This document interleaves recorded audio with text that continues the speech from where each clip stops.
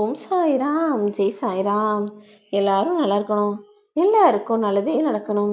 அன்பு குழந்தையே, இன்னைக்கு உன்னை பாடாப்படுத்திக்கிட்டு இருக்க எல்லா பிரச்சனைகளையும் முடிவுக்கு கொண்டு வந்து இனிமே உன் வாழ்க்கையில எல்லா விஷயங்களும் நல்லதாய் நடக்கும்படி செய்வதற்காக தானே உன் சாயப்பா உன்னை தேடி வந்தேன். இந்த உலக வாழ்க்கையில நீ எப்படி வாழணுங்கிறத யாருமே சொல்லித்தர மாட்டாங்க. ஆனா எப்படியெல்லாம் வாழக்கூடாதுன்றத நீ கண்கூடாக பார்த்துக்கிட்டு தானே இருக்க. எந்த விஷயம் செஞ்சாலும் எந்த வேலை செஞ்சாலும் அது ஏதாவது ஒரு தவறுதலா முடிஞ்சு போய் நீ செஞ்சது தவறு, நீ இப்படி உன் வாழ்க்கையை வாழக்கூடாதுன்னு உனக்கு கற்றுக் கொடுக்கும் விதமாக தானே வாழ்க்கையில பல விஷயங்கள் நடக்குது. அதுவும் நல்லதுதான் என் செல்லமே. எப்படி வாழக்கூடாதுன்றதை நீ கத்துக்கிட்டாலே வாழ்க்கை எப்படி வாழணுங்கிற புரிதல் உனக்கு வந்துடும். அதுக்கு பிறகு உன் வாழ்க்கையே உனக்கு சொர்க்கமாய் மாறிவிடும் அல்லவா.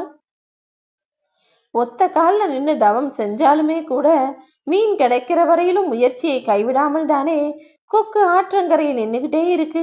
அதே போலதான் அந்த கொக்கு எப்படி விடாமுயற்சியோட ஒத்த காலில் நின்று சத்தமே இல்லாம மீனை பிடிக்குதோ, அதே போல நீயும் உன்னுடைய வாழ்க்கை லட்சியங்களையும் உன்னுடைய வேண்டுதல்களையும் நிறைவேற்றுவதற்கு விடாமுயற்சியோடையும் பிடிவாதத்தோடும் நல்ல நம்பிக்கையோடும் பொறுமையா காத்திருந்தீனா எவ்வளவு நாள் ஆனாலும் நிச்சயம் உனக்கானதை நான் அடைச்சு முடிச்சிருவேன் என் செல்லமே. ஆயிரக்கணக்கில் உளிய வச்சு அடிச்சு அடிச்சு செதுக்கி செதுக்கி தானே ஒரு சிற்பமாக உருவாகுது கருங்கல். அப்படிப்பட்ட கருங்கல் போலதான் உன் வாழ்க்கையும் இருக்கு. அதில் நான் உனக்கு கொடுக்கக்கூடிய விஷயங்களும் செய்யக்கூடிய சோதனைகளும் உளியை வச்சு அடுக்குகிற அடி போலதான் நினைச்சுக்கோ. எல்லா பாறைகளையும் தாண்டி அதிலிருந்து ஒரு சிற்பம் வெளிப்படுவது போல உன் வாழ்க்கையிலும் எல்லா சோதனைகளையும் கஷ்டங்களையும் தாண்டி அழகான வாழ்க்கை உருவாகும் என் செல்லமே. இனிமே நீ கவலைப்படவே கூடாது. நல்லா யோசிச்சு பாரு. சாதாரண விலங்குகளும் பறவைகளும் கூட விடாமுயற்சியோடு எவ்வளவோ வேலையை செஞ்சுக்கிட்டு தான் இருக்கும். ஒரு சிறு பறவை கூடு கட்ட கூட அதற்கு எவ்வளவு நேரம் உழைக்கணும் தெரியுமா? அது ஒவ்வொரு குச்சிகளா கொண்டு வந்துதானே ஒரு பெரிய கூட்டை உருவாக்கி அதை பஞ்சு மெத்தை போல மாத்தி அதில் முட்டைகளையும் குஞ்சுகளையும் போட்டு வைக்குது. அதுவும் பாதுகாப்பாக இருந்து கொள்ளுது.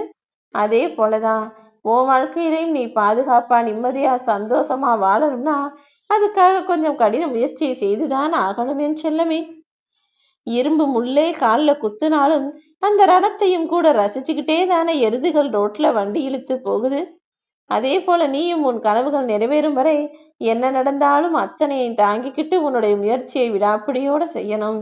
ஏன்னா சாதிக்கணும்னு நினைக்கிற மனிதர்கள் முயற்சி செய்யும் போது அதுல பல தடங்கல்கள் வரத்தான் செய்யும். ஆனால் முயற்சி மட்டும்தான் உன்னை மாட மாளிகைக்கும் கூட கோபுரத்துக்கும் உயர்த்துங்கிறத மறக்காதே. தங்கத்தை உருக்கும் போதுதானே அது உருமாறி அழகான நகையாக மாறுது.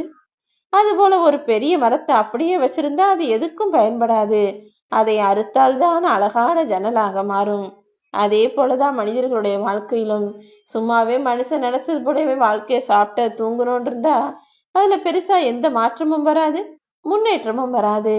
ஆனா அதுல கொஞ்சம் கஷ்டமும் கவலையும் பிரச்சனைகளும் சிக்கல்களும் வந்து அதையெல்லாம் நீ தாண்டி வரும்போதுதான் ஒரு சாதாரண மனிதன் என்பவன் மிகப்பெரிய செல்வ வளமிக்க சந்தோஷமிக்க வெற்றியாளனாக மாறுவான். நீயும் அப்படிதான் உன் வாழ்க்கையில எல்லா பிரச்சனைகளையும் கடந்து வந்துகிட்டு இருக்க. நீ எதிர்பார்த்தபடியே உன்னுடைய விருப்பங்களை எல்லாம் நிறைவேற்றி உன்னுடைய வேண்டுதல்களையும் உனக்காகவே சரி செய்து கொடுக்க உன் சாயப்பா வந்துட்டேன். நீ என்கிட்ட வேண்டி கேட்டுக்கிட்டபடியே உன்னுடைய எல்லா பிரச்சனைகளையும் முடிவுக்கு கொண்டு வந்து நீ எதிர்பார்த்த சந்தோஷத்தையும் உன் வாழ்வில் வரவழைப்பேன் என் செல்லமே. இனி எல்லாமே உனக்கு நல்லதாக தான் நடக்கும்னு இப்போது இந்த இரவு பொழுதில் உனக்கு வாக்கு கொடுத்துட்டே தானே. இனி நடக்க போற அற்புதத்தை மட்டும் பாரு.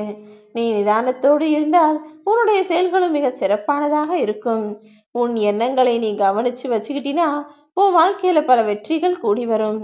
பேசும் வார்த்தைகளை அளந்து யோசிச்சு நிதானமா பேசினா உனக்கு மதிப்பும் மரியாதையும் கூட வரும் என் செல்லமே. விருப்பம் இருந்தா மனுஷன் ஜெயிக்கிறதுக்கு 1000 வழிகள் இருக்கு.